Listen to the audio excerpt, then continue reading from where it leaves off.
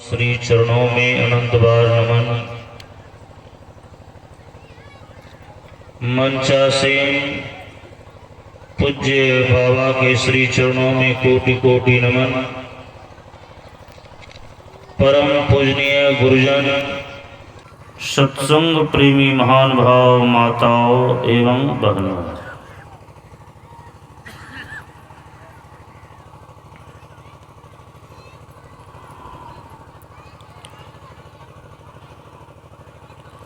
अभी हम लोग कर्म फल के बारे में सुन रहे थे। जो भाग्यशाली होता है उसी को जीवन में संतों की संगति मिलती है। जो भाग्यहीन होता है वह चाह कर भी साधु संग सत्संग का लाभ नहीं ले पाता है। अभागे मनुष्य को संत महात्माओं का प्रवचन, शास्त्र पुराणों की बात की आवाज़ जब कानों में जाती है तो जिस तरह से कान में किसी किसी को फोड़ा हो जाता है, वह कितना दर्द करता है। जब तक पक नहीं जाता है इतना टीस मारता है कि दर्द के मारे बेचैनी बढ़ जाती है, बुरा हाल हो जाता है।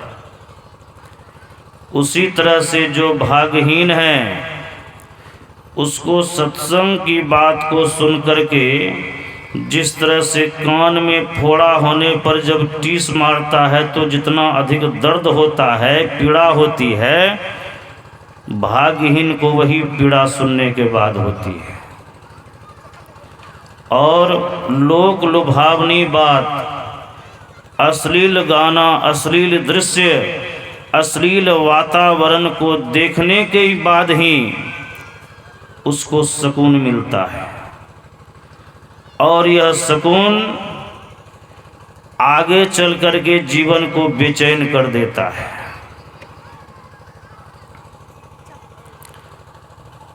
जम्मू कश्मीर के तरफ अखरोट छुहारे की खेती होती है। जब वृक्ष में फल लगता है, उन फलों को देख देख कर कौवा सोचता है कि पकेगा तो खाऊंगा। मन ही मन प्लान बनाता है, सोचते रहता है कि पकेगा तो खाऊंगा। और जब पक जाता है तो देखिए कौवा कैसा भाग्यहीन होता है। जैसे ही फल पकता है और सभी कौवा के मुंह में घाव हो जाता है।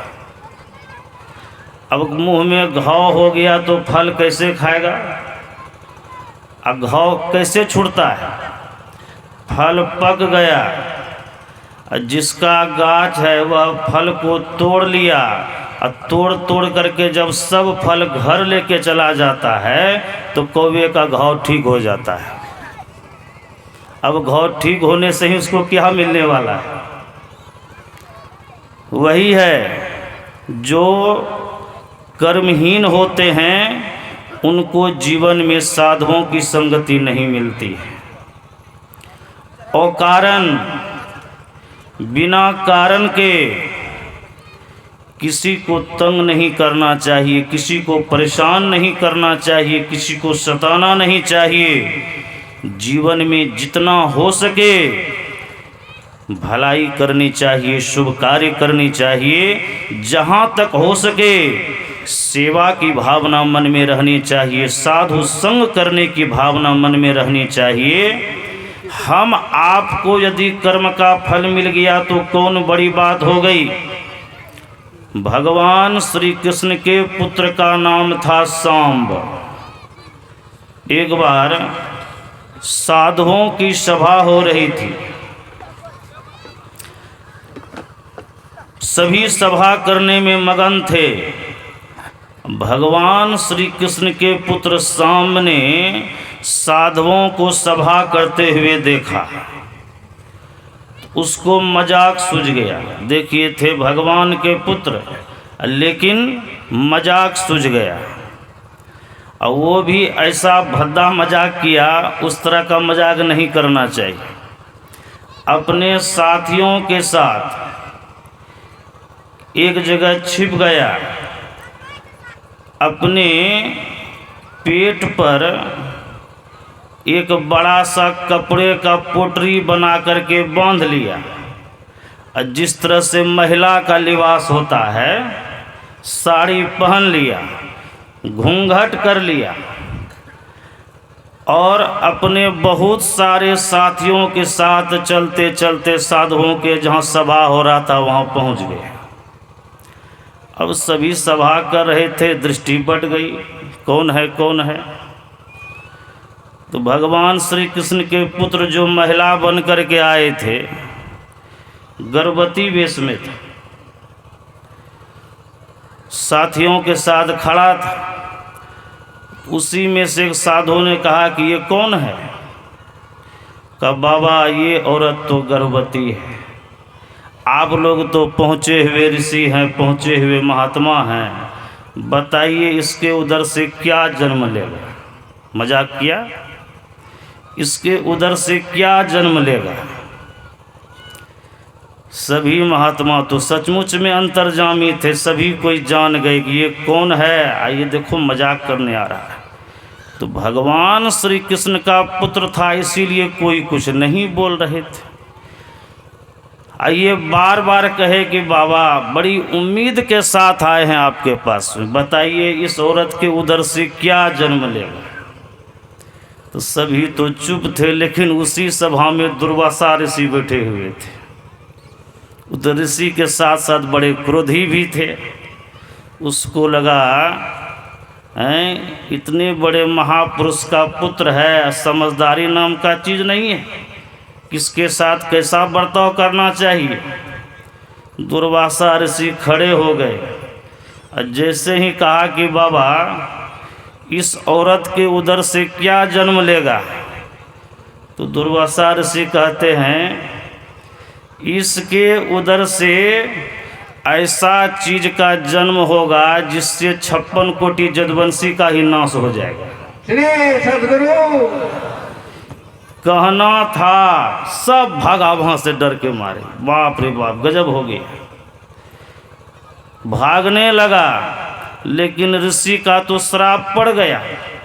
उसमें भी दुर्वासा ऋषि, जो कि भगवान श्री कृष्ण के गुरु भी थे, उनका श्राप पड़ गया। देखते ही देखते शरीर भारी हो गया। बड़ा चिंता हो गया, क्या हो गया। जैसे ही कपड़े को हटाया, एक लोहा का बड़ा ऐसा मूसल निकला। सबों को लगा ये क्या निकल गया। दौड़ते हुए गया, सभी साथी मिलकर के उसको पत्थर पर घिसने लगे कि ऋषि का श्राप है, कुछ तो जरूर हो जाएगा, इसलिए न रहे बांस न बजेगी बांसुरी, इसी को ख़त्म करो। ये मूसल निकला है लोहे का, लगता है इसी से कुछ होने वाला है। घिसते जाए और उसका जो पानी में बहावे परत बन बन करके बगल में सटते जाए।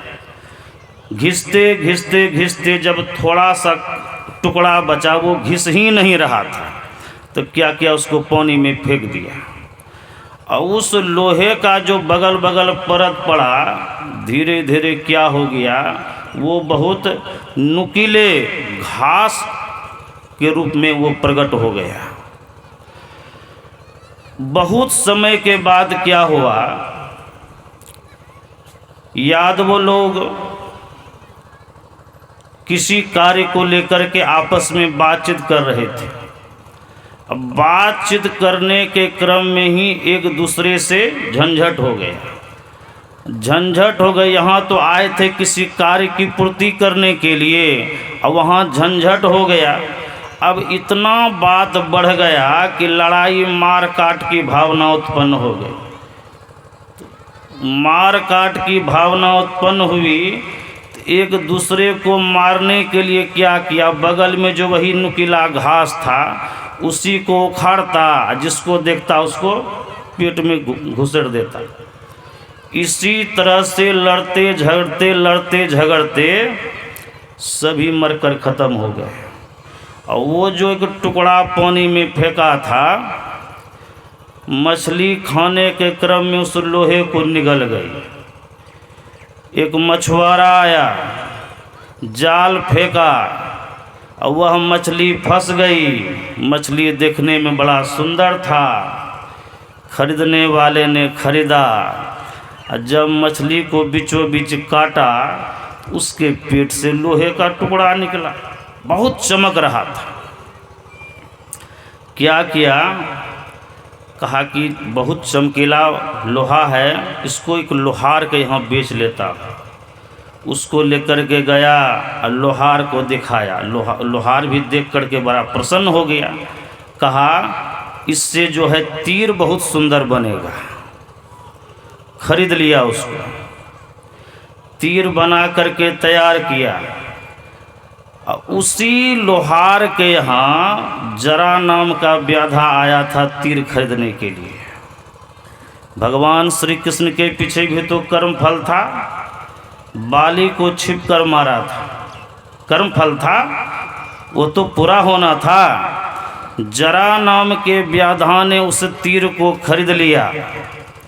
अब भगवान श्री कृष्ण महाभारत का युद्ध जब समाप्त हो गया था तो लड़ाई 18 दिनों की हुई थी। भगवान श्री कृष्ण थक गए थे तो भगवान श्री कृष्ण एक पेड़ के नीचे लेट करके आराम कर रहे थे। जरा नाम का व्याधा एक वृक्ष पर बैठ करके शिकार की तलाश में था, छिप छिप कर तलाश कर रहा था। तो भगवान श्री कृष्ण जो लेटे हुए थे तो भगवान का मुखमंडल उस जरा नाम के व्याधा को दिखाई नहीं पड़ा। दिखाई क्या पड़ा, भगवान श्री कृष्ण का तलवा बड़ा लाल लाल देखने में लग रहा था। उस जरा नाम के व्याधा को लगा कोई जानवर जीभ निकाल के हाँफ रहा है। देरी नहीं किया, धनुष पर वही बाण को चढ़ाया, सीधे चला ही तो दिया। वही तीर भगवान श्री कृष्ण के तलवे में आकर के लग गया। जैसे ही लगा भगवान श्री कृष्ण की वहीं प्राणांत हो गया। यही है कर्म का फल। त्रेता युग में भगवान श्री राम ने सुग्रीव के कहने पर अपने मित्र की सहायता किया था, लेकिन वो कर्म फल बन गया। भगवान ही थे तो क्या हुआ, लेकिन वो कर्म फल पीछा करते करते कर्म किया था त्रेता युग में, लेकिन वह बदला द्वापर में आकर के पूरा हो गया। करे बुराई सुख चाहे, कैसे पावे कोय, रोपे पेड़ बबूल का आम कहाँ से होए। किसी भी कर्म को सोच समझ करके करना चाहिए। हम लोग जो इतने तादाद में यहाँ आए हुए हैं, ये हम सबों से शुभ कर्म हो रहा है, सात्विक कर्म हो रहा है। और ये भगवत की कथा जो यहाँ पर आकर के हम लोग सुन रहे हैं, ये बहुत बड़ा फल देने वाला है। इसीलिए यदि हम शुभ कर्म करेंगे उसका भी आगे चल कर के बड़ा फल मिलेगा। यदि हम बुरा से बुरा कर्म करेंगे आगे चल कर के उसका भी बड़ा फल मिलने वाला है। इसीलिए सोच समझ के कर्म कीजिए, जीवन का कल्याण होगा। बोलिए श्री सद्गुरु महाराज की जय।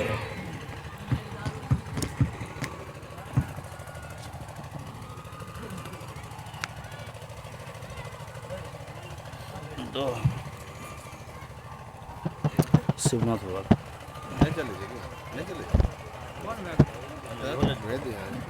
हेलो, श्री सद्गुरु महाराज की जय। जी हाँ दिव्य सज्जनों, अब हमारे बीच मंच पर मंचासीन हैं